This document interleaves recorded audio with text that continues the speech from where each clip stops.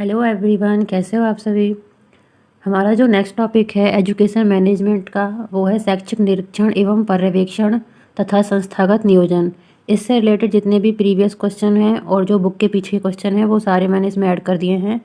तो चलिए शुरू करते हैं आज का क्वेश्चन। पहला क्वेश्चन है हमारा, शैक्षिक निरीक्षण की प्रकृति से संबंधित सत्य है। ये इसमें सत्य नहीं आएगा, यहाँ पर असत्य आएगा। ये टाइपिंग में थोड़ी एरर हो गई थी। शैक्षिक निरीक्षण की प्रकृति से संबंधित असत्य है। यह एक प्रक्रिया है। यह मुख्यतः शैक्षिक संस्थान से संबंधित होता है। यह सूचना प्रदायी होता है। और चौथा है, यह रचनात्मक होता है।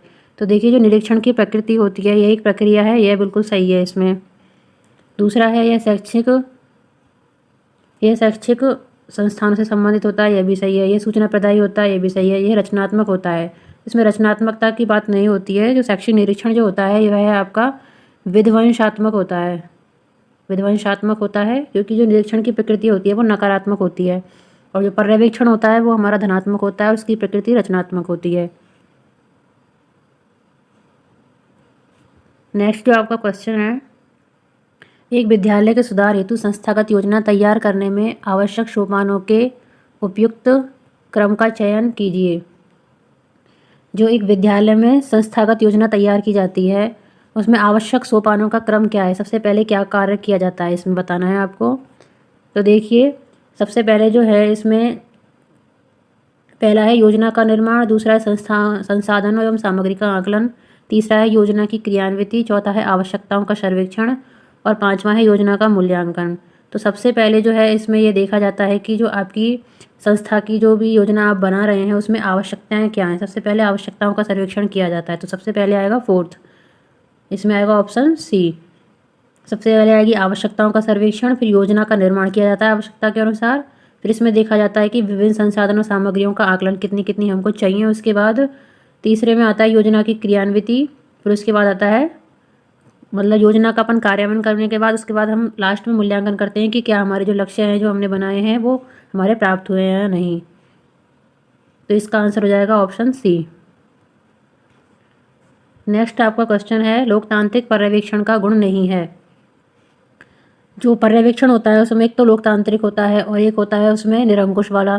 तो इसमें लोकतांत्रिक जो होता है इसमें इसमें सभी लोगों की सहभागिता से होता है ये। तो इसमें जो है नेतृत्व गुणों का विकास होता है, ये बिल्कुल सही है। अध्यापन संबंधी समस्याओं का निराकरण किया जा सकता है, ये भी सही है। लोकतांत्रिक मूल्यों का सम्मान किया जाता है, ये भी सही है। फोर्थ ऑप्शन है आपका, अध्यापकों की मौलिकता में वृद्धि होती है। तो इसका जो गुण नहीं है इसमें आएगा फोर्थ ऑप्शन, क्योंकि मौलिकता में वृद्धि इसलिए इसमें देखा है होती है लेकिन इसमें मौलिकता की वृद्धि नहीं होती है, बिकॉज इसमें जो है जो टीचर्स होते हैं उन पर किसी का भी दबाव नहीं होता है, वो सहयोगात्मक भाव से कार्य करते हैं। तो उनमें जब दबाव नहीं होता है तो वे अपनी क्षमताओं को विकसित नहीं करते हैं और वो सहयोग के माध्यम से ही अपने कार्यों को पूरा करते हैं। तो इसमें मौलिकता में वृद्धि नहीं होती है। इसका आंसर हो जाएगा फोर्थ। नेक्स्ट आपका क्वेश्चन है, शैक्षिक निरीक्षण के क्षेत्र में शामिल है। इसमें जो शैक्षिक निरीक्षण किया जाता है उसमें किस किस फील्ड में किया जा सकता है ये। इसमें जो है आपके प्रबंधक का अनुशासन, ये सही है। इसमें शिक्षण प्रबंधक का अनुशासन के क्षेत्र में किया जाता है। शिक्षण विधियों के क्षेत्र में शिक्षक का व्यवहार कैसा है उसके संबंध में, विद्यालय की आर्थिक स्थिति कैसी है। तो जो शैक्षिक निरीक्षण जो किया जाता है उनमें इन सभी तत्वों को शामिल किया जाता है। तो इसका आंसर हो जाएगा फिफ्थ, सभी सही हैं। नेक्स्ट आपका क्वेश्चन है, निम्नलिखित में से कौन सी शैक्षिक पर्यवेक्षण की विशेषता नहीं है नहीं है। पहला है मैत्रीपूर्ण प्रजातांत्रिक। जो शैक्षिक पर्यवेक्षण जो होता है आपका वो एक धनात्मक प्रकृति का है। तो इसमें जो है मैत्रीपूर्ण प्रजातांत्रिक वातावरण भी होता है। तीसरा है शिक्षण अधिगम प्रक्रिया में सुधार लाता है ये। चौथा है संपूर्ण शैक्षिक संरचना का विकास करता है। लेकिन जो है ये औपचारिक मात्र नहीं होता है, क्योंकि औपचारिक मात्र जो होता है वो निरीक्षण होता है और जो पर्यवेक्षण होता है वो अनौपचारिक हो सकता है। तो इसका आंसर हो जाएगा ऑप्शन 2। नेक्स्ट आपका क्वेश्चन है, पर्यवेक्षक को रीढ़ की हड्डी किसने स्वीकार किया है। पर्यवेक्षण को, इसमें आएगा पर्यवेक्षण को रीढ़ की हड्डी किसने स्वीकार किया है। पर्यवेक्षण को रीढ़ की जो हड्डी है इसमें राष्ट्रीय शिक्षा आयोग जो है उन्होंने स्वीकार किया है इसको। इसका आंसर हो जाएगा फर्स्ट।